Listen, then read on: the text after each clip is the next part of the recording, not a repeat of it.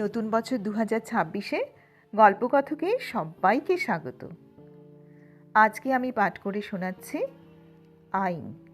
গল্পটি নেওয়া হয়েছে বনফুলের শ্রেষ্ঠ গল্পের বইটি থেকে। শুরু করছি আজকের গল্প আইন। জামা কাপড় বদলে ঠিক পরের স্টেশনে জীবন নেমে পড়ল। চিন্তা করে দেখল একটা ডাক্তারের সার্টিফিকেট জোগাড় করতে পারলে অনেকটা নিরাপদ হওয়া যায়। খোঁজ খবর করে কাছেই একটা দাতব্য চিকিৎসালয়ে ডাক্তারবাবুর সঙ্গে সে সুযোগ মতো গোপনে সাক্ষাৎ করল। ডাক্তারবাবু অনেক দিন থেকে চাকরি করছেন।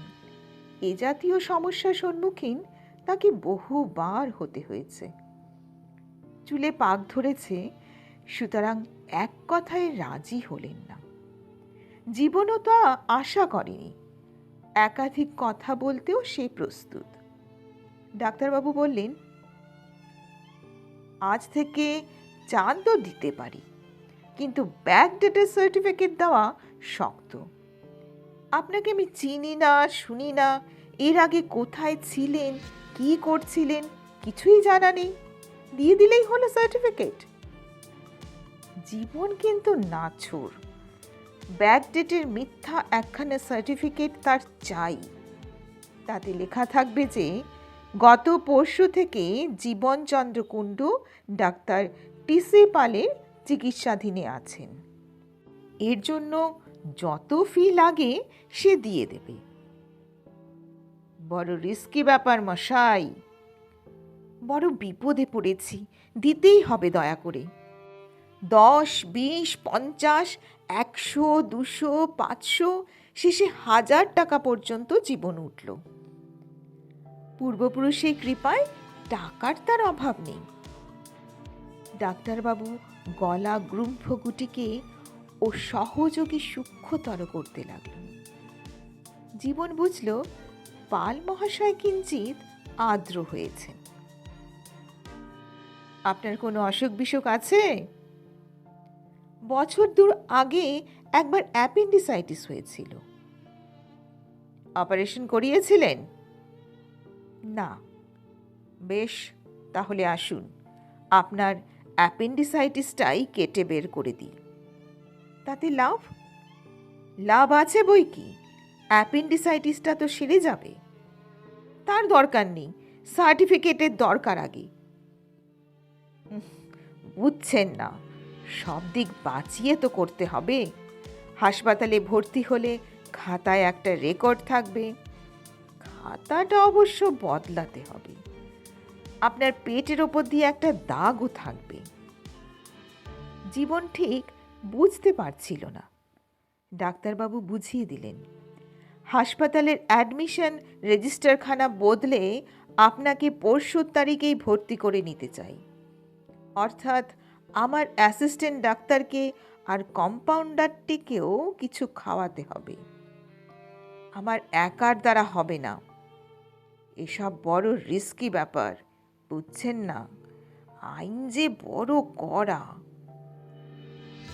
পুনরায় গ্রুম্ফাগ্রুকে সূক্ষ্মতর করতে লাগলেন। জীবন বুঝল, সব শুদ্ধ কত লাগবে তাহলে বলুন? 1002। জীবন চিন্তা করে দেখল, প্রাণীর অপেক্ষা 2000 টাকা বেশি নয়। অপারেশনটাও তো হয়ে যাবে।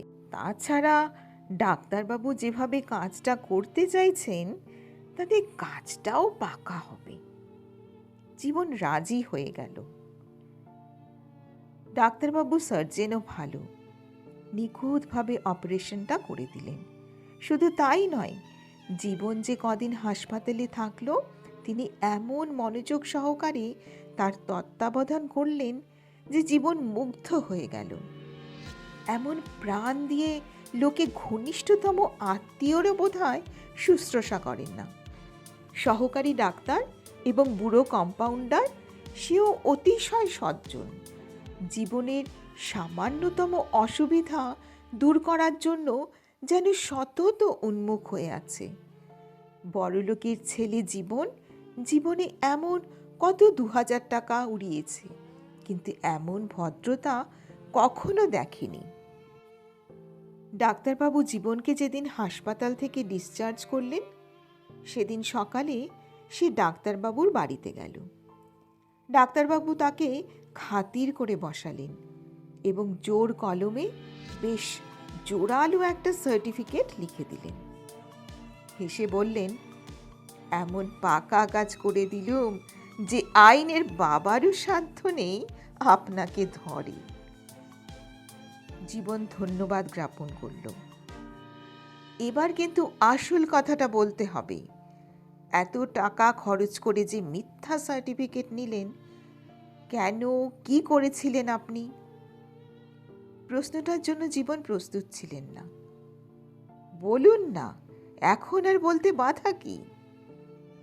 একটু ইতস্তত করে জীবন বলল, বিশ্বাস করতে পারি তো আপনাকে?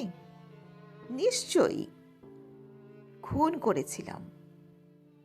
বলেন কি? কাকে? নামটা জীবনের জানা ছিল, কিন্তু বলল না।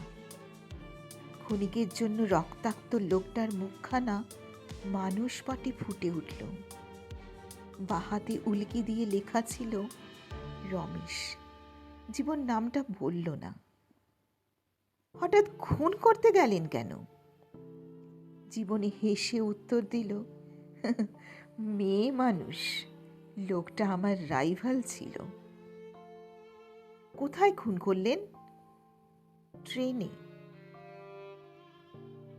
পিয়ন এসে প্রবেশ করল এবং লম্বা খামে একটা চিঠি দিয়ে গেল। জীবন উঠে পড়ল। আমি এবার উঠি তাহলে। Many many thanks. সার্টিফিকেটখানা পকেটে পুরে জীবন চলে গেল। ডাক্তারবাবু চিঠিটা খুলে পড়তে লাগলেন। হঠাৎ তার সমস্ত মুখ বিবর্ণ হয়ে গেল। পুলিশ খবর দিচ্ছে যে প্রায় 1 মাস আগে তারা একটা মৃতদেহ একটা ট্রেনের কামরায় পায়। পোস্টমর্টেম রিপোর্টে জানা যাচ্ছে যে লোকটার মৃত্যুর কারণ ছুরিকাঘাত, আত্মহত্যা নয়, কেউ খুন করে গিয়েছে। তার বাঁ হাতের উল্কি দিয়ে নাম লেখা ছিল রমেশ। এছাড়া শনাক্ত করার মতো আর কোনো চিহ্ন তারা পায়নি। এখন অনুসন্ধান করে পুলিশ জানতে পেরেছে যে উক্ত রমেশ কলকাতায় মেসে থেকে দালালি করত এবং সে নাকি ডক্টর টি.সি. পালের বড় ছেলে। এই সংবাদটা সত্যি কিনা তা যেন ডক্টর পাল পুলিশকে অবিলম্বে জানান, এবং যদি সত্যি হয় তাহলে রমেশ সম্বন্ধে অন্যান্য জানা যা তথ্য আছে পুলিশকে জানিয়ে দেওয়া হয় এবং যেন আইনত প্রকৃত অপরাধীকে গ্রেপ্তার করতে সহায়তা করেন। আজকের গল্প আইন এখানেই শেষ হলো। আমার গল্প পাঠ যদি ভালো লেগে থাকে তাহলে লাইক করবেন এবং বন্ধুদের সঙ্গে শেয়ার করবেন, এবং আমার চ্যানেলটি যদি এখনও সাবস্ক্রাইব না করে থাকেন তাহলে প্লিজ সাবস্ক্রাইব করে দেবেন এবং পাশে থাকা বেল আইকনটাও প্রেস করে দেবেন।